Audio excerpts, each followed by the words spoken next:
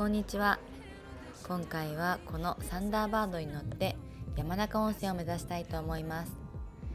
今回はね、関東じゃなくて関西から向かったので、京都からサンダーバードに乗りました。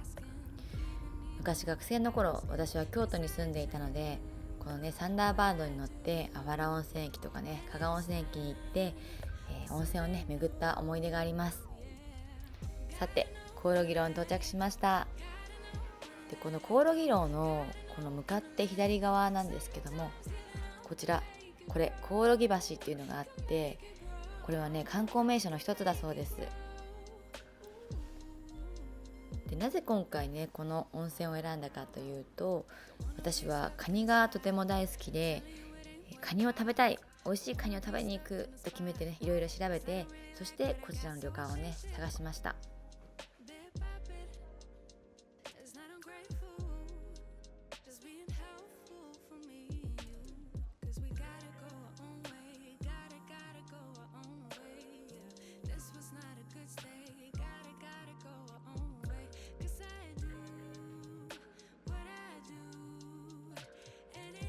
このお部屋からね続くこの露天風呂が、もうこれがねとってもねいい景色で、ちょっとねここね通路は寒かったんですけども、でもねすぐねこの温泉に入ることができるので、体をね温めることができます。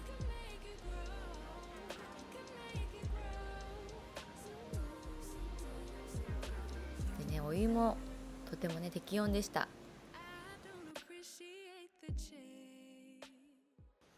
せっかくなので街に散策に出かけました。この日はあいにくの雨だったんですが、この素敵な傘を借りることができました。ね、とっても可愛いですよね。この傘はこの辺りの旅館で配られているそうです。街に行く途中にこういった九谷焼のお店がたくさんありました。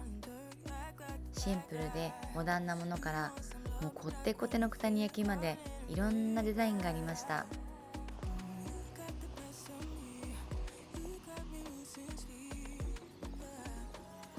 街の中心地には温泉が湧いていました。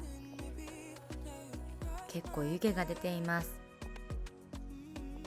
このお湯触ってみると、もう結構熱くてね、ほらもう手がすぐ真っ赤になりました。結構暑い。そしてこの左側の建物とこの正面の建物が菊の湯という温泉になります。ここは男性と女性が別の棟になっている珍しい温泉なんです。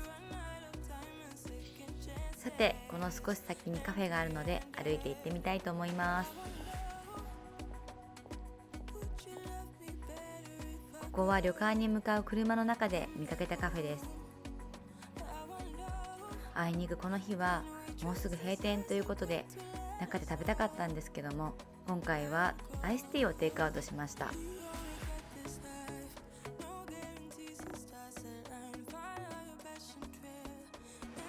さて、旅館に戻って温泉に入りたいと思います。実はここの部屋は以前は大浴場だったそうで、今は改装して一部屋にして、そしてこの露天風呂がメインのお部屋にしたそうです。ここはね、目の前がもうほんと川でね、この音を聞いてとっても癒されております。温泉から上がりました。お湯は適温ですごく気持ちが良かったんですけど、10分ぐらい入るといい感じに汗をかいてきました。これから夕食を食べます。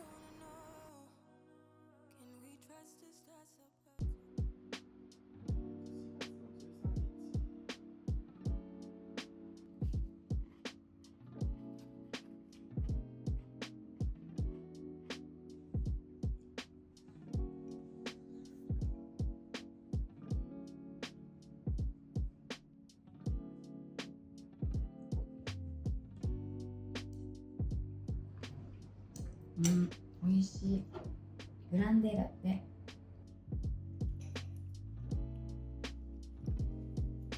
一番最初に食べたカニ料理はお刺身でした。ちょっと炙ったカニもありました。で、このボタンエビもとても美味しくて、山中温泉って海から離れてるのかなと思ったんですけど、魚介類もとても新鮮でした。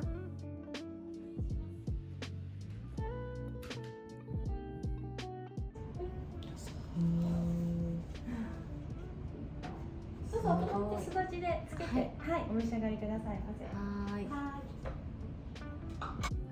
そして次はこちらの旅館の名物の焼きガニです。いやこれがねすごく大きいんですよ。ではいただきたいと思います。で結構熱いですね。器の下にずっと熱を置いておけるように多分炭が入ってると思います。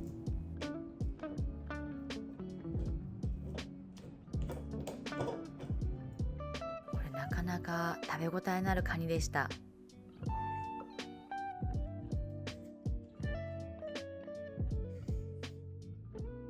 お味噌につけていただきます。このカニをほぐしたものをお味噌につけたんですが、この味噌がとっても美味しくて、私カニも好きなんですけどカニ味噌も同じぐらい好きなんですよ。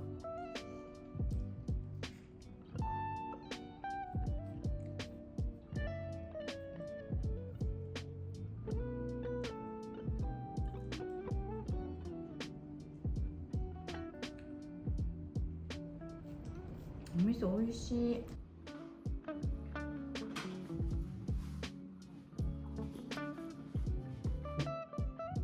塩水で茹でてますので、先ほどの焼きガニよりもうちょっと甘みとか強くなってると思うので、ぜひ最初はそのまま何もつけずに食べていただいて、あとはお好みでカニ味噌だったりお手元のカニ酢つけて召し上がりくださいませ。はい。ゆでガニが来ました。すっごい大きいです。手のひらがこれぐらい。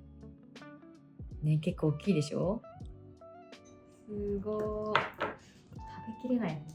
食べきれない分は朝に回してくれるそうなんですけど、結構ね朝食もたくさんおかずが出るということなので、夜しっかり食べきりたいと思います。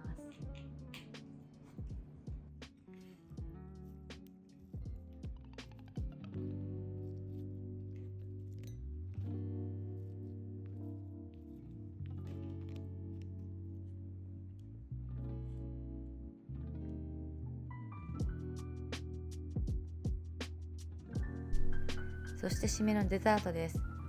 こちらの旅館はおかみさんがパティシエで手作りだそうです。食事が終わりました。カニをたくさん食べてお腹いっぱいです。もうね、最初焼きガニ終わってお味噌汁とご飯ね早めにもらえたのでいただいて、でお漬物食べてそこでねもうお腹いっぱいになってきたなって思ったんですけど、最後のゆでガニですよね。ゆでガニがこんな大きなお皿にね、もう私の手のひらより大きいカニが、茹で上がっていてね、これを食べきるのが精一杯なぐらい本当にね満腹になりました。料理もどれも美味しくて、今回お酒はいただかなかったんですけどね、もう料理に大満足で大変美味しかったです。でこの館内も2020年7月にリニューアルして、本当はねこの部屋大浴場だったそうなんですよ。で大浴場をなくしてここは部屋にして和室の間、ここにテーブルがあってベッドルームが隣にあって、そして外にね大きな露天風呂があるんですけども、そういったね一つの部屋になったそうです。改装して全部で6室になったそうで、結構ねこじんまりとした旅館なので人に合わないですし、すごくねプライベート感があっていい温泉だなって思いました。隣はね川が流れていて、すぐそばにねコオロギ橋があります。でコオロギってどんな漢字書くのかなと思って調べてみたら、昔のねコオロっていう漢字に危ない危険の木でコオロギ橋ということでした。昔はねこう歩いてとか遠出するのがね危険だったっていう意味があって、そういうねコオロが危ないって書いてねコオロギ橋って読むそうです。他にもその秋に鳴いてる虫のコオロギもちゃんと由来の一つに、もしかしてコオロギのそのコオロギかなっていう説もあるんですけど、一応、メインの説はコオロギ危ないでコオロギ橋だそうです。今の時期もとてもいいんですけども、紅葉の時期が一番人気があるとおかみさんはおっしゃってました。はい、ではこれからもう一度ね露天風呂に入って、スキンケアしてパックしてゆっくり読書してくつろぎたいと思います。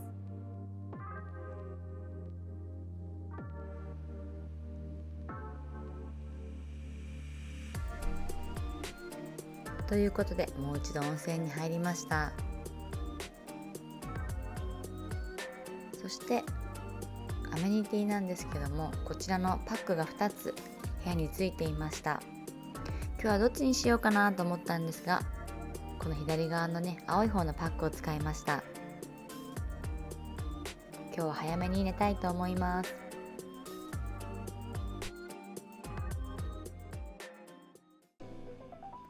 翌日の朝食もお部屋食でした。たくさん品数があって、そして結構ボリュームもありました。川魚もついていましたし、そしてこちらは茶碗蒸しです。茶碗蒸しも上品な味でとても美味しかったです。そして魚とは別になんとお肉の焼き物もありました。朝食でお魚とお肉両方出るって結構贅沢ですよね。でこのお肉もねとても美味しくて、昨日のカニもそうでしたけど、本当にねこちらの旅館は料理が美味しいです。ということで今回はカニを食すという旅でした。また次回の動画でもお会いしましょう。バイバイ。